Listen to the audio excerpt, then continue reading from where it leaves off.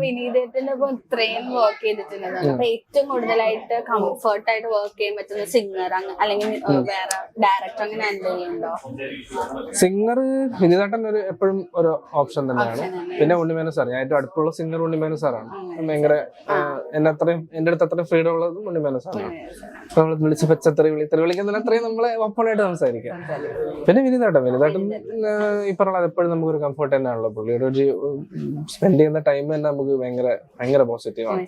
പുള്ളി പോകുമ്പോൾ തന്നെ സാധാരണ ഞാനൊക്കെ ഇങ്ങനെ ഒരു റെക്കോർഡിങ്സിന് ഇങ്ങനെ ഓടി അടുത്ത ഓരോ കാര്യങ്ങൾക്ക് പോകും. പക്ഷെ വിനീതേട്ടൻ റെക്കോർഡിങ്ങിനോ നമുക്ക് തന്നെ തോന്നും പുള്ളി പോകുമ്പോൾ സങ്കടം തോന്നും. കുറച്ചു നേരം കൂടെ ആ ഒരു ഫീൽ ഉണ്ടല്ലോ.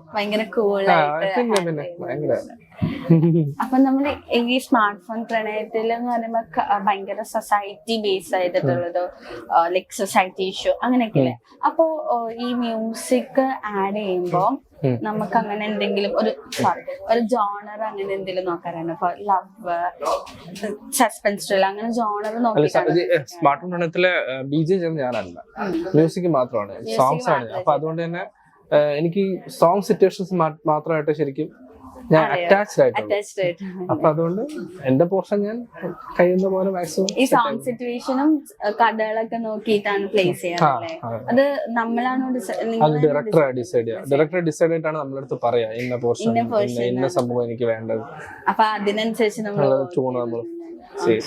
അപ്പൊ ഇപ്പൊ നമ്മുടെ സിനിമ റിലീസിന് വരികയാണ്. അപ്പൊ ഇപ്പൊ ഞാൻ നേരത്തെ പറഞ്ഞ പോലെ പാട്ടുകളോ എല്ലാ സിനിമയും പ്രത്യേകിച്ച് പ്രണയം ബേസ് ചെയ്യുന്ന സിനിമയിൽ ഭയങ്കര ഇമ്പോർട്ടൻസ്. അപ്പൊ നമ്മുടെ എന്റെ പ്രേക്ഷകരോട് പറയാനുള്ളത് നിങ്ങളുടെ പാട്ടുകളും എല്ലാം കൂടെ അക്സെപ്റ്റ് ചെയ്യും. പാട്ടുകള് എന്തായാലും എന്റെ പാട്ടുകൾ എപ്പോഴും കേൾക്കുന്ന എല്ലാവരോടും എനിക്ക് ഭയങ്കരമായ സന്തോഷം. ഒരുപാട് മെസ്സേജ് അയക്കാറുണ്ട്.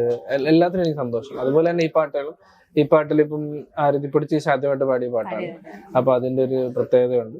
പിന്നെ വിനീതേട്ടൻ ആരതിച്ച അപ്പൊ ആ പാട്ട് ഒരു ഡിഫറെന്റ് ആണ്. നമ്മൾ ആദ്യമായിട്ട് കേൾക്കാൻ പോകുന്ന ഒരു വോയിസ്. പിന്നെ ആരതിച്ചിന്റെ വോയിസ് ആദ്യമായിട്ട്. അപ്പൊ അത് എല്ലാരും കേൾക്കുക, അതിനെ പറ്റിയുള്ള സജഷൻസ് അറിയിക്കുക. പിന്നെ ഇപ്പൊ ശ്രീകാന്ത് ഹരിഹരൻ ചേട്ടൻ എനിക്കിവിടെ മലയാളത്തിൽ ഇപ്പം റീസെന്റ് റിലീസ് ആകാൻ പോകുന്ന എന്റെ പാട്ട്. ശ്രീകാന്ത് ഹരിഹരൻ ചേട്ടൻ നമ്മളെ പുള്ളിയാ. അപ്പൊ പുള്ളി മൃദുല ചേച്ചിയോടാണ് പാടിയിരിക്കുന്നത്. അപ്പൊ മൃദുല ചേച്ചിയോടും വീണ്ടും ഇപ്പൊ സ്റ്റേറ്റ് അവാർഡിന് ശേഷം വീണ്ടും ഞാൻ വർക്ക് ചെയ്യുന്ന പാട്ടാണ് ഈ പാട്ട്. അപ്പൊ എനിക്ക് സ്പെഷ്യലാണ് ഈ പാട്ട്, 2 പാട്ട്.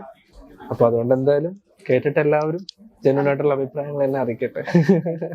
അപ്പൊ പാട്ടുകളൊക്കെ ഭയങ്കര ഹിറ്റായി മാറട്ടെ, സിനിമ ഹിറ്റ് ആവട്ടെ എന്ന് പ്രതീക്ഷിക്കുന്നു. ഇനി എന്താ ഒരുപാട് ഓഫേഴ്സും വിജയകരമാകട്ടെ.